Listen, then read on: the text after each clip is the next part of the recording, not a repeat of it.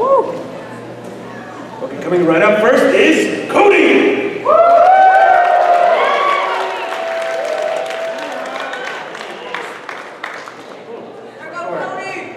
Hey everybody, I'm Cody. I'm 33, and I'm starting to wonder when I'm going to look like an adult. I don't know what I thought in my 30s. I didn't think I'd look like a JoJo, but I thought I would still look like a background character on anything academia, you know? I think I'm missing the muscles. That'll probably help a little bit. I had kind of a health crisis the other week when I realized I didn't have the upper body strength to play Street Fighter. The game. Because it uses a full-size controller, and you gotta hit those buttons really fast, and I get tired. I don't know, I play online, it's really hard. I suspect a lot of these people I'm playing online are cheating. And by cheating, I mean I think they're all sober. I don't know. I don't know how many street fights you've seen, but how many street fights are between sober people? 0%, right? I don't care if you can't throw a fireball, no one's letting Ryu drive home, okay? I have a commitment to the craft. I get really mad online competitive games, and there's just all this rage online and this toxicity, and growing up on Xbox Live and stuff, people are always spewing this racist and homophobic crap and whatnot. I'm not gonna do that obviously, but I definitely have inner rage as of a couple of Novembers ago. So I find that as soon as anything goes wrong in my game, the person I'm playing against is automatically a Trump voter.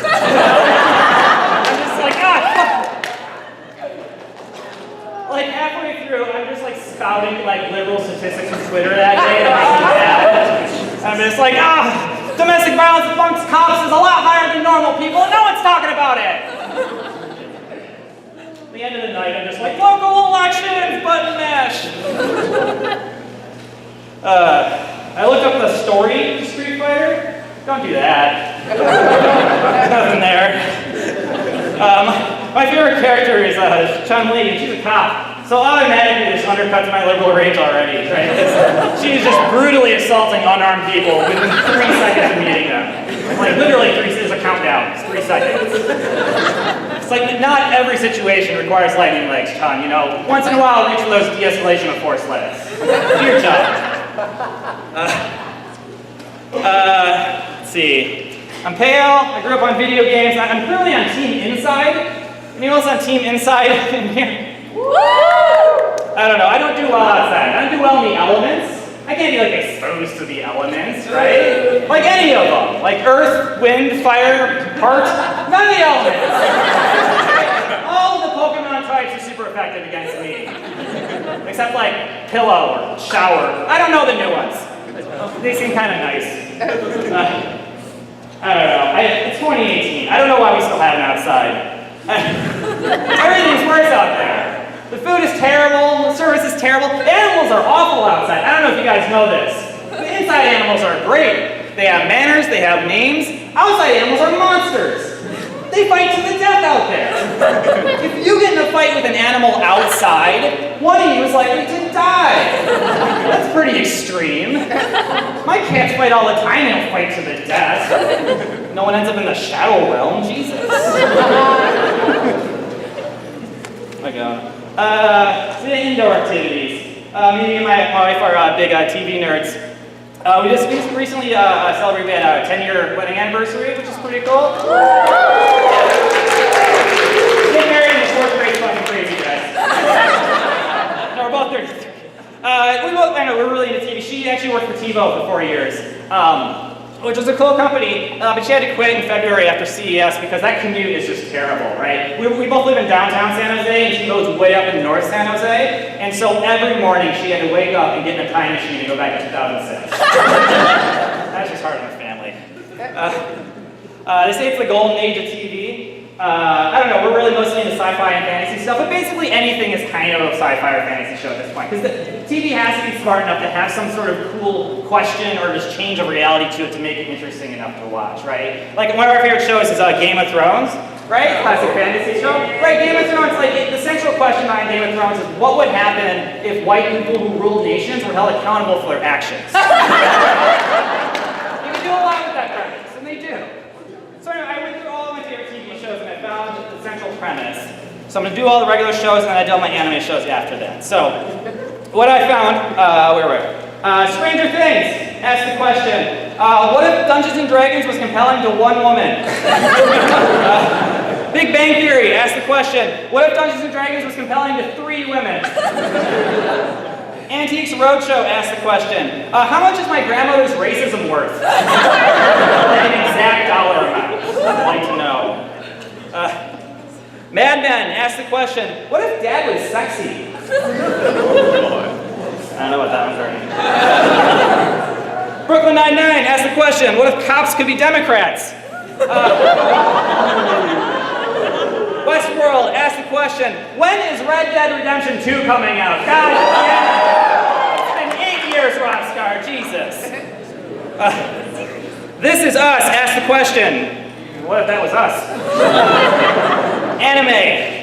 Agretsko asked the question, what if yoga actually works? My Hero Academia asked the question, what if a single parent could afford private schooling? Yu-Gi-Oh! Asked the question, what if my grandfather had any idea what my hobbies were and he was really good at them? A side note on that, my grandpa played euchre, so all of his decks were pathetic because they only had 30 cards in them. Not even a full deck.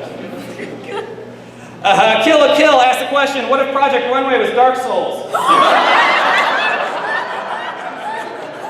One Punch Man asked the question, what if all the buttons on your controller were broken except one and you won anyway?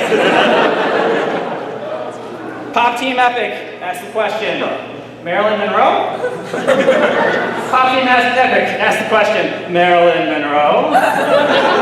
You gotta do that one twice, right? That's how that show works.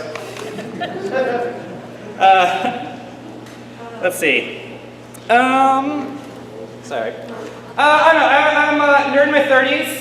I feel like in my 20s, it was a nerd optimism, right? Like, we got really excited about Wikipedia. We thought it was going to change the world. It's an encyclopedia that you can edit slightly faster than a real encyclopedia, right? We were like, the end of ignorance, the day is upon us. In my 30s, I just feel shame whenever I don't know something. If I have to learn something, I've just failed, right? Like 2 years ago, I was 31, and I learned what a persimmon was for the first time. And I was like emotionally upset.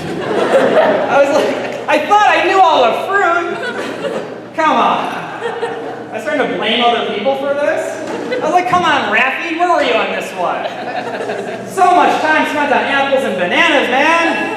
That song is 55 beats per minute. You had time to explore the space. So the first time I had Korean food, I didn't look like an asshole. Later, trying to teach me about the phone, the fucking banana comes back. It's like, move on, dude. He had one job and was educating all the world's children.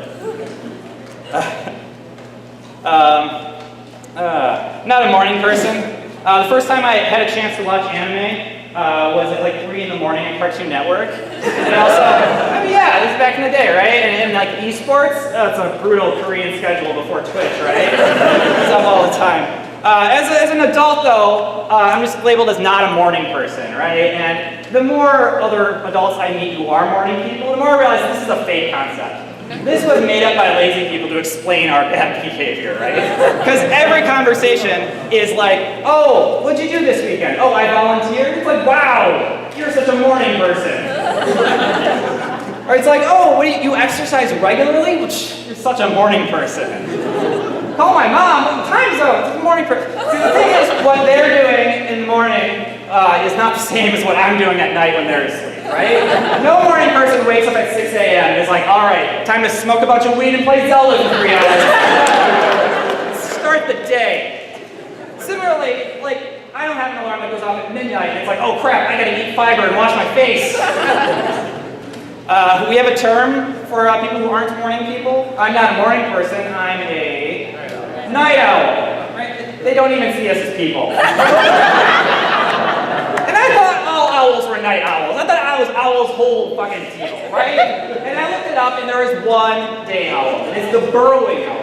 But the owl just runs around on the ground. Right? So when the owl world, it's flipped. Their day owls are their lazy, shitty ones that are just looking around at trees like, oh man, I can't fly up there. The night owl.